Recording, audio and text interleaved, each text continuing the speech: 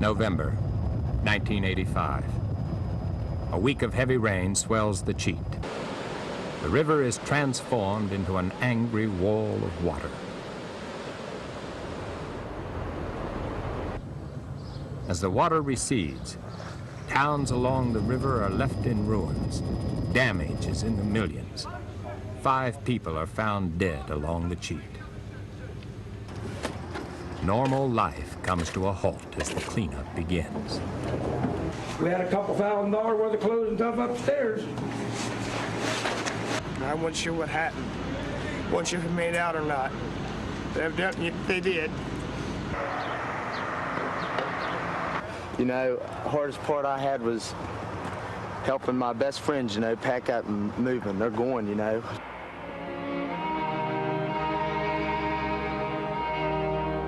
But many families chose to stay and rebuild in towns along the river. West Virginia, property damage there is estimated to be in the millions of dollars. NBC's Jennifer McLogan reports tonight from Rollsburg, West Virginia. That's a small town that was all but destroyed. It was the worst flood in the state's history. In Rollsburg, population 1,000, food, medical supplies, and safe drinking water were in short supply. Every riverbank home was destroyed. So were the town's medical building, church, and gymnasium. The town is just gone.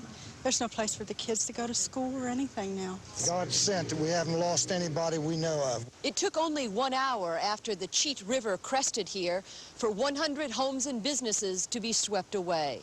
My mother was 83. I got her out and got her over to Oakland, and there's a lot of people here that needs a lot of help. National Guardsmen have been sent to help with the cleanup. 75-year-old Vernon Kearns and his family returned home to find it gone. We lost everything we had. We didn't have nothing to throw on. His children and wife Mary helped him dig for a hope chest he said he'd kept since they were married in 1932. It contained their life savings. Later today, it was found and returned, all $3,000 intact. You know that song they say, God be with you, and he was with us, and he took us through. Town officials say the average age of residents here is 65. They say they fear there is little chance Rollsburg can ever recover. Jennifer McLogan, NBC News, Rollsburg, West Virginia. Kennedy visited 3 towns devastated by November's flood, beginning at Albright in the morning. There was a house sitting over here beside this greenhouse. On this side of it, the house was washed over there where that telephone pole is. Kennedy was with his sons Teddy Jr. and Patrick and his nephew Mark Shriver. He emphasized the trip was a Christmas trip for the family to let the people of West Virginia know that someone cares.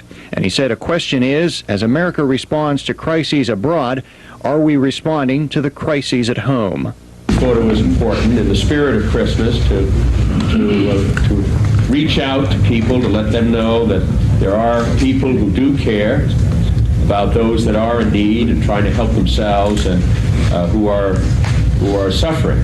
Kennedy later left Albright to drive to Rollsburg, where he conducted a similar walking tour. At public meetings in both towns, residents aired uncertainty for their future. But my concern is for these people that have had to leave the state, they've had to leave their homes, well, their home left in first.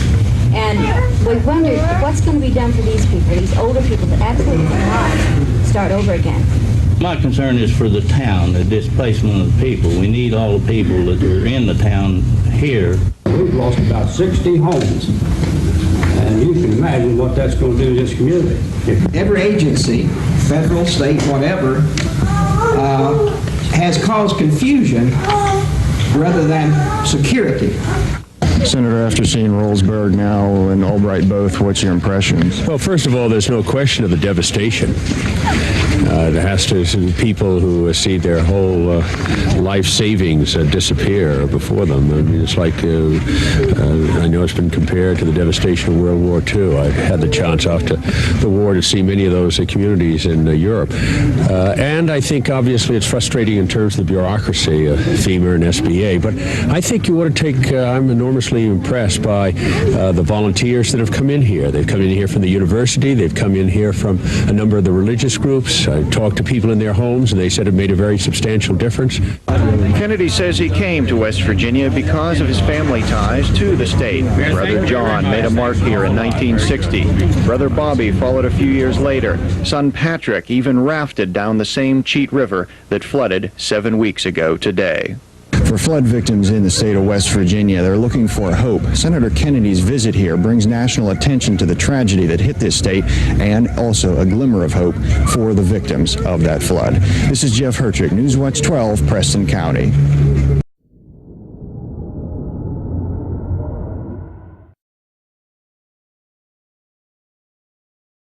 Well, it occurs whenever we have to set a bulkhead in order to raise the Tanner Gate out of the water without losing the upper pole.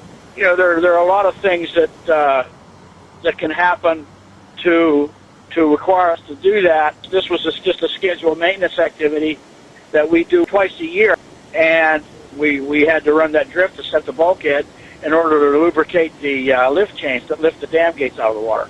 The lift chains, there are two to each Tanner Gate, and what they basically are, they're enormous bicycle chains. They have links and pins, and they're out in the weather continually, and you know, which requires them to receive periodic lubrication on all the joints, so they don't hang up.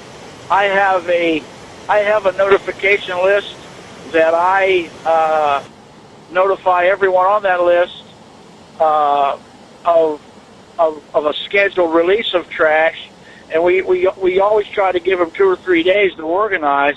I did my part with the notification, and the information was sent out. In the past, there were efforts to try to pick up as much as they could. You know, I don't know how effective that was. But as far as this time, I really couldn't tell you. You know, it's not my responsibility to ensure that it is picked up.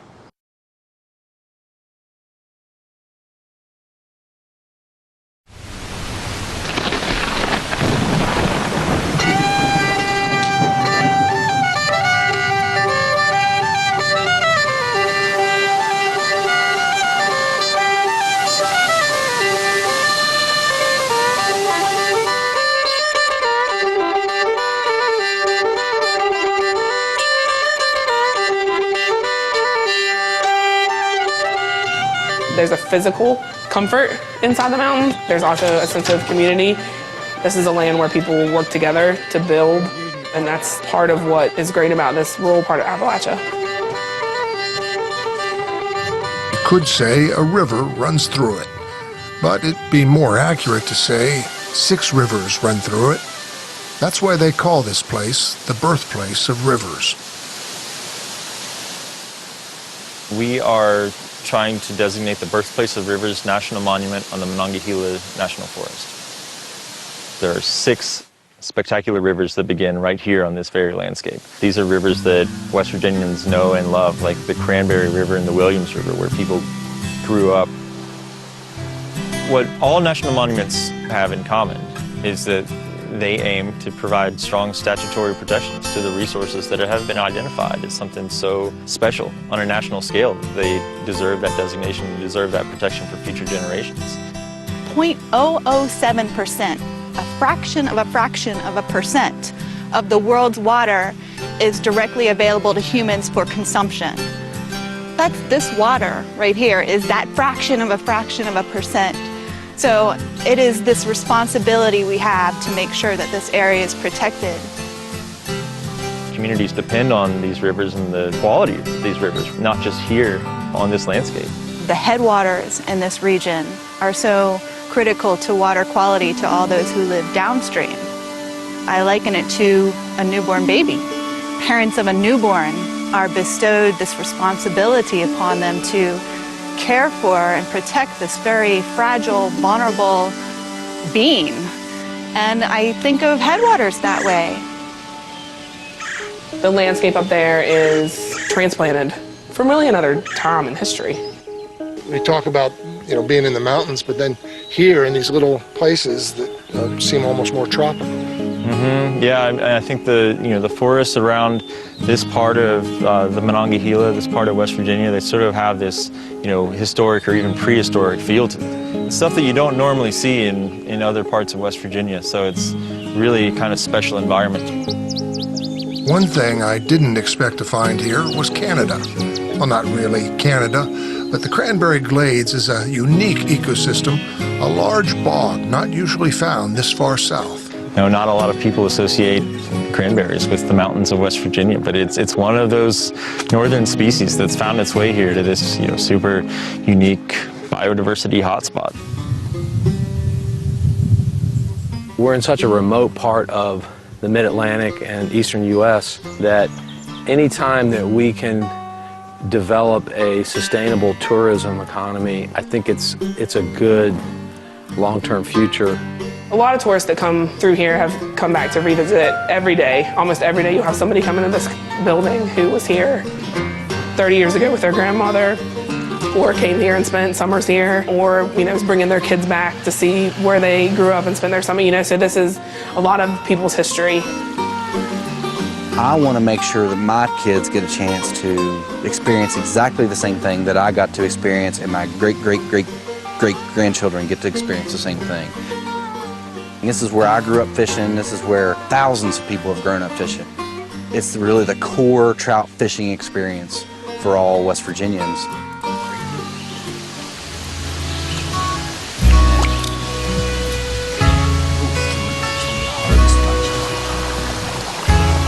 Aside from protecting the landscape and sort of providing those natural resource-based protections that we want the monument to achieve, there's also this whole economic story to be told about the benefits of this landscape to local communities. We're struggling, have been struggling historically. We have one of the lowest median incomes in the country. So to have a chance to diversify our economic base, to see our tourism industry grow in a way that honors the land and honors the water, it's a win-win situation. Let's build on our strengths, and tourism, natural beauty, clean water, healthy forests. These are our strengths. These are things that other counties and other states around us don't have the abundance of.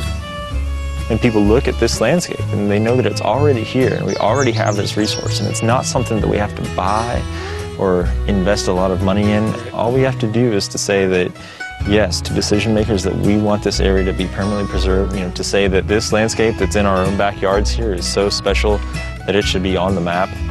It's about protecting our resources for future generations. Looking down the road, how clean will this water be in 50 years if we don't have federal protection?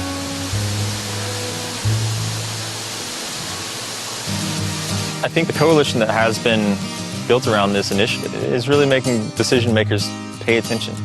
Varying missions from different organizations that are kind of scattered and going different directions all the time, and everybody comes together on this common goal, and we all have something in common when it comes to something like this monument. We share a common interest in water. We are drawn toward water because it brings peace to us. It enhances our quality of life. We just enjoy all of its uses. The birthplace of rivers is very important to us. The government can, make this designation and say this is going to stay like this, and that's important to me.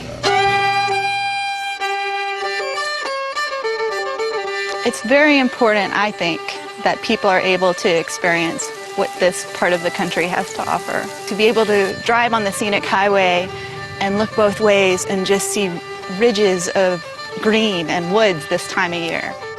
To feel that expansiveness.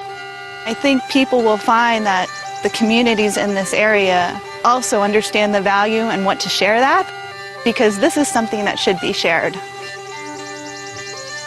If that's not a monument, I don't know what is.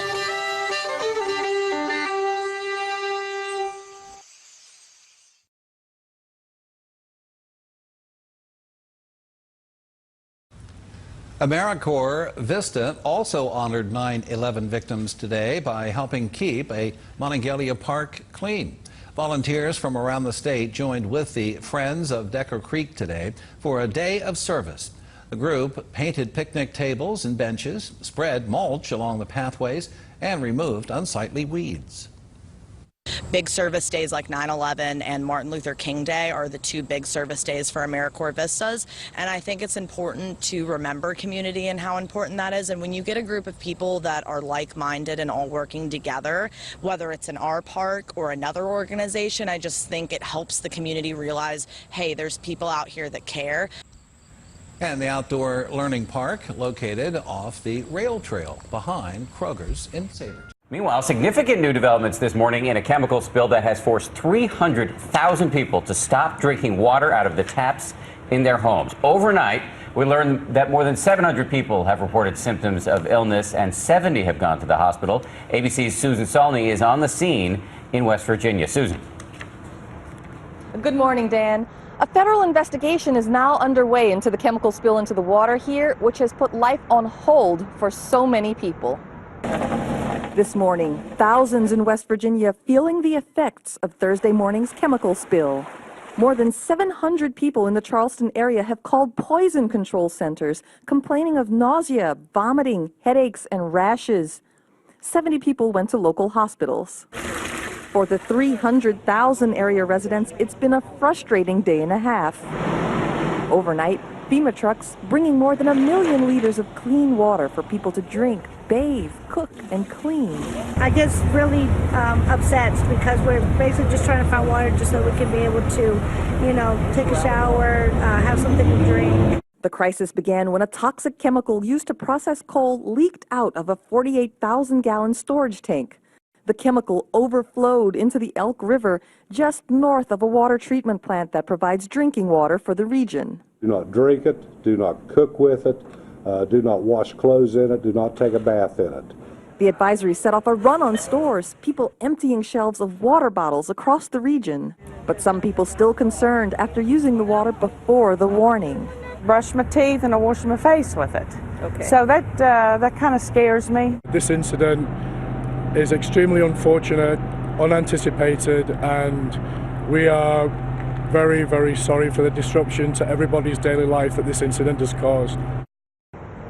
While the tainted water is not considered deadly, some people have had stronger symptoms or reactions to it than others. Residents are still advised to stay away from the water, and there's no word yet on when it will be safe for drinking.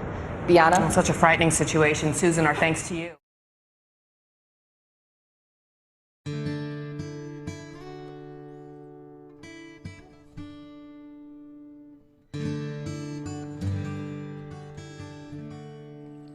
The Appalachians are a really old mountain range, so things have had a long time to settle in here. Here, the streams are should largely be controlled by the forest.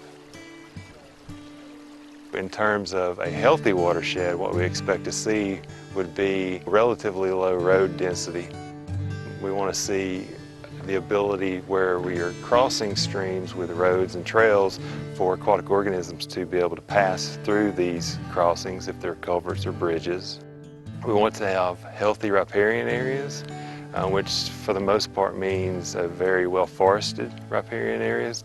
And then within the stream itself, we want to have a complex habitat that's formed by large woody material in the stream.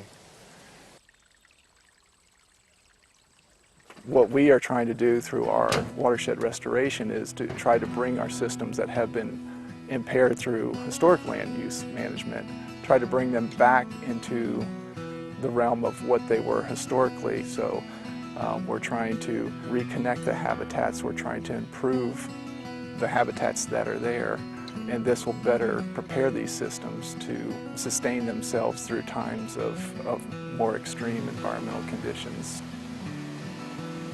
Headwater streams here in the Middle Appalachians would be completely chock full of wood in a healthy riparian system, and they would be messy, and messy is beautiful. Messy is what makes these streams function in the way that we like them to, which is with a high degree of complexity. So the work that we're doing by adding large woody material is mimicking a natural process that would have occurred here. And by adding large woody material, we increase the depth of water, we increase the storage capacity of that stream and of that watershed. Wood would be the driving force to create pools and to create very high quality habitat for brook trout. Brook trout are highly sensitive to changes in stream temperature. If we increase 2 to 4 degrees Fahrenheit, that could have a significant impact on brook trout. So anything that we can do to keep cooler temperatures for longer periods of the year will have a significant impact on brook trout populations on the Monongahela. Habitat fragmentation for aquatic species is a big issue, and it's one that we're really focused on trying to reconnect those vital habitats. We had a situation where we had a perch culvert that became a physical barrier to upstream passage of aquatic organisms. We put in a large concrete box structure, designed it so that there's a natural stream bottom coming through, which facilitates aquatic passage, and reconnected that upper portion of the long run watershed. The habitat improvement work that we're doing to increase the pool habitat and to re-engage stream channels with their floodplains is vital to helping combat some of the effects of more extreme weather patterns such as drought and floods. And all this plays in together to really putting back the pieces of a system that is currently impaired, and there are things that we can do through our management to help these systems recover in a way that is natural and sustainable.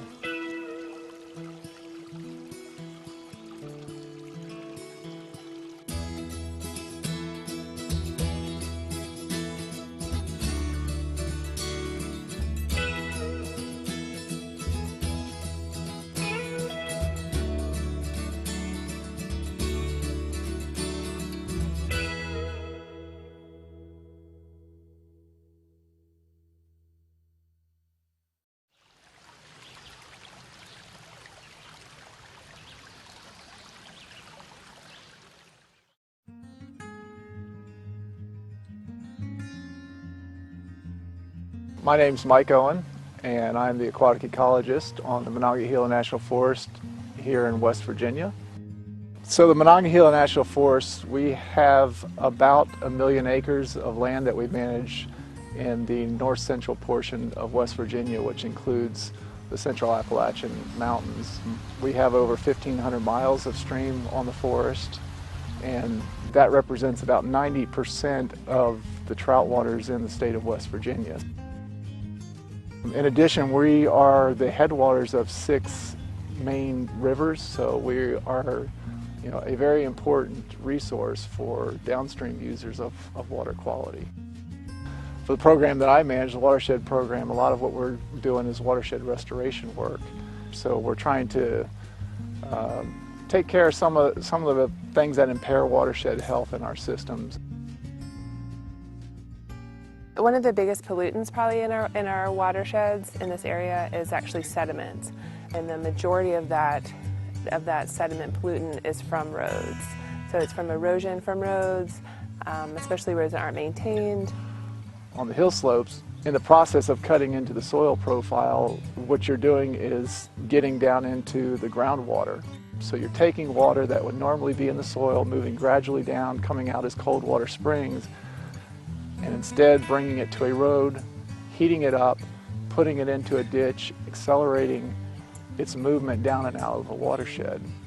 Watershed by watershed, we go through and we look at the roads. If they're no longer needed for forest management, we'll try to decommission those. And so that's taking that road off of the system. That is no more erosional risk for that watershed.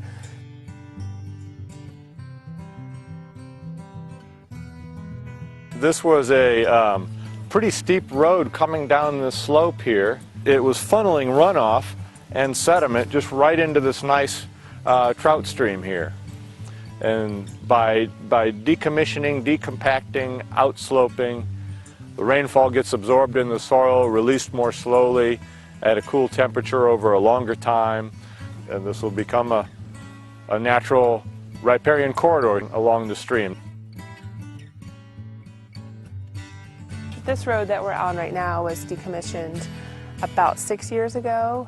What we found that by far the native vegetation from around the forested area just repopulates that area really quickly. So even within the first growing season, we have a really great cover of the native plant community that comes right back in. For me as a soil scientist, I think road decommissioning is a great strategy at making headwater systems more resilient for a changing climate. If you have an intact watershed where your soils are functioning and have high soil quality, where they're able to hold water in place, have a slow release of that water through into the streams, that water stays higher in the system, higher in elevation, remains cooler over time, and therefore, as the climate changes and storm frequency is higher, rain events are higher in precipitation, you have an intact watershed that can act like a sponge to hold that back. And the more we can hold water back in our headwaters, the less response we see in downstream flooding. In low flows, the storage of the water within the soil is also impaired. And what we're trying to do is we're trying to keep as much low flow water as we can, because that's the critical period for trout and other aquatic organisms. If there's no water in the stream, there's no aquatic habitat. If we can keep some water in the stream, because we've slowed down the runoff, we've done a good job of creating resiliency for climate change, creating permeability for creatures that are trying to make it upstream. And, you know, for our trout, it could make a significant difference.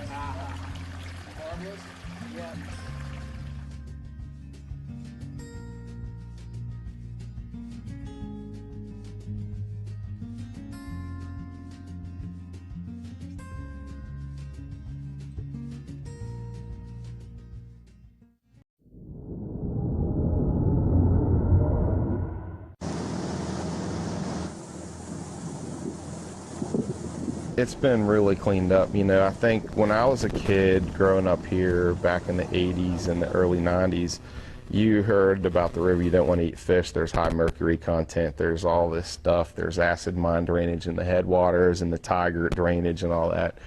But, you know, over the years, these groups, a lot of the grassroots organizations like Friends of the Tiger, they've done a lot of work to headwater streams, and, you know, that water ends up here, and, you know, this river is benefiting from the water quality improvements upstream. That's what's nice about the Monongahela so much. You know, obviously it's a warm water fishery, so you're not going to run into trout, you know, because they need a certain temperature to survive. But the warm water species, bluegill, panfish, crappie, bass, catfish, muskie, gar is another thing that people are seeing more and more often, which are kind of this crazy looking prehistoric fish, and they get huge. They get up to 5 feet long, and that's impressive, you know. And so all of those fish and more, freshwater drum, walleye, sauger, they're all in there, and it's all good. And on any given night, it's amazing, because you can fish the Morgantown tailwater and catch 4, 5, 6 different species of fish from the same spot. And it's kind of neat. You never know what you're going to hook there, you know.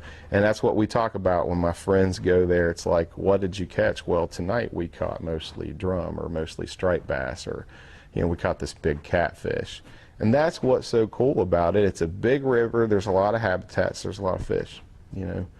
You know, it's not bad. One thing I will say about Morgantown is the rail trail and the attention that has been put in that has given some better access and easier hike into around the tailwater. There's some trails that go down over the hill there, and you can fish. There's not a lot of room to move around, and it can get crowded. You know, on a busy Saturday evening or something, it can be really crowded, and a lot of people will go across the river on the Westover side after the Mon gets crowded out. But it's the access down there for shore fishing and just walking in is pretty good. It is a riverbank, so, you know, it's not, you know, you're still going to have to climb up and down a steep bank, but there's enough trails that are well worn that you can usually find a nice spot down through there. it is getting better. It's probably not where it should be and could be. I'm sure it's not. But it's way better than what it was. And the fishery's improving, and I wouldn't have a problem swimming in it. If you swim in any other stream, you know, it's not much different. You know, that's just me, but I do think that it has gotten better. I mean, there's no question about that. The Tigert River has gotten better. Three Forks Creek that runs through Preston County, they've treated that. It was a really bad stream with acid mine drainage. They've been working on these little streams and cleaning them up. And because of that, the pH down here is benefiting from it very well. So, you know, I think it definitely could get better, but it is on the rise for sure.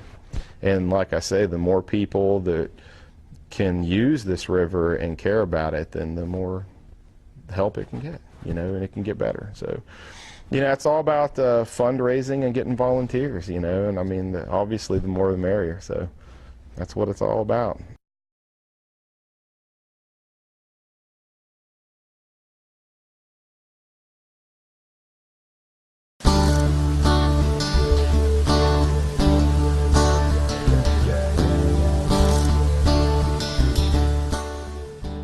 Friends of Deckers Creek, or FODC, is a group that works on finding solutions to clean Deckers Creek and promotes everything that helps the earth, as well as helping with local and nationwide recognitions of problems within the watershed. The Youth Advisory Board, or YAB, is a youth branch of FODC. We are a group of dedicated kids located in Saberton who work on team skills to ensure that the Deckers Creek watershed will have a positive future with people who care about the watershed.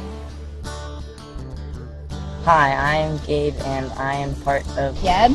YAB is a youth organization that helps clean up the Deckers Creek watershed and involving other people around and other people in different watersheds to come together and help their own watershed.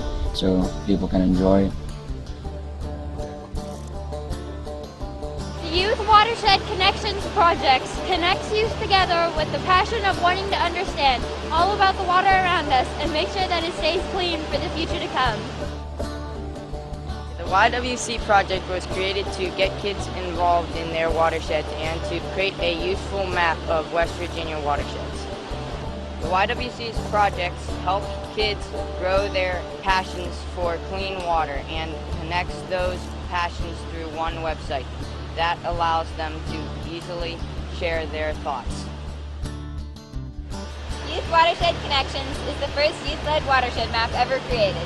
It connects youth to their watersheds and each other, making a big web that bounces ideas and works as a team to make the world a better place.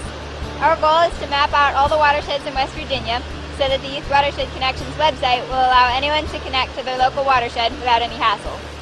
We realized that many people in our area didn't know of the beautiful places merely minutes away from their homes. Because of this realization, we decided that the best way to create easy access to where things are in this watershed, both the good and the bad, would be on the very thing keeping most people inside, the internet. We created a useful map of our watershed to help people find places they didn't even know existed. Once per month, YAB goes on some adventure at one of the beautiful places in our watershed. As a group, we decide where to go, but wherever we are, we always have tons of fun. YAB contributes to the future of the watershed and lets people enjoy it. You should join YAB because it's fun and it allows you to have the opportunity to be with your peers and potentially make new friends. YAB has stepped up to create the first youth guide to our watershed, Deckers Creek. Now it's time for you to step up. Get your friends together, check out our online resources, and then get outside and explore your watershed. We are here!